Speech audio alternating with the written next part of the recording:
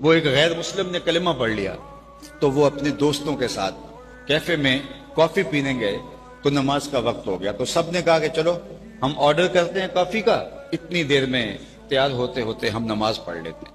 تو ساتھ ہی کوئی مصلی بنا تھا، تو وہاں نماز جب پڑھی تو وہ جتنے مسلمان پرانے تھے انہوں نے جلدی جلدی وہ 4 ٹھونگے لگائے اور آ کے کرسیوں پہ براجمان ہو گئے۔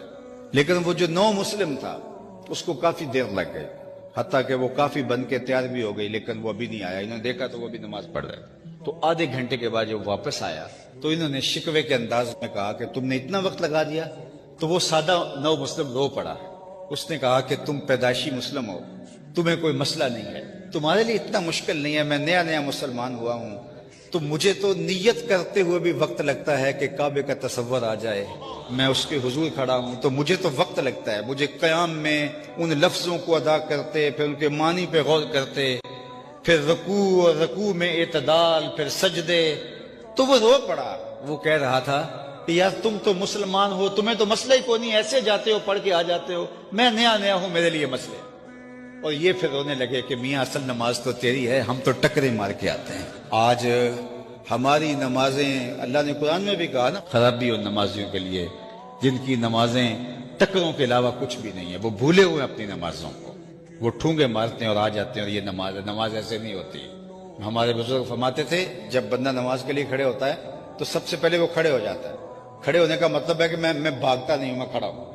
اس کے بعد وہ کانوں تک ہاتھ اٹھاتا ہے، تو کانوں تک ایسے ہاتھ اٹھاتا ہے، تو اس ہاتھ اٹھانے کا مطلب یہ ہے کہ میرے ہاتھ کھڑے ہیں، میں مقابلہ نہیں کر سکتا۔ پھر اس کے بعد کانوں کو ہاتھ لگاتا ہے، اس کا مطلب ہے میری توبہ۔ اس کے بعد پھر ہاتھ باندھتا ہے، ہاتھ باندھتا ہے، یہ انقیاد کی علامت ہے، میں تیرے حضور حاضر ہوں، تیرا جو حکم۔ پھر اس کے بعد رکوع میں چلا جاتا ہے، میں جھک گیا تیرے حضور، پھر جھک کے وہ سجدے میں گر جاتا ہے۔ اور انسان کے اشرف اعضاء سر میں ہیں، دیکھنے قوت آنکھیں سر میں، سوچنے قوت دماغ سر میں، بولنے قوت زبان سر میں، سونگھنے قوت ناک سر میں، اور سر مالک کے در پہ، اور ناک رگڑ رہے زمین سے، ماتھا رگڑ رہے، اور قولن کیا کہہ رہے؟ سبحان ربی الاعلی۔ عمل کیا ہے؟ میرے سے کوئی زیادہ جھکا ہوا نہیں اور تیرے سے اعلیٰ کوئی نہیں۔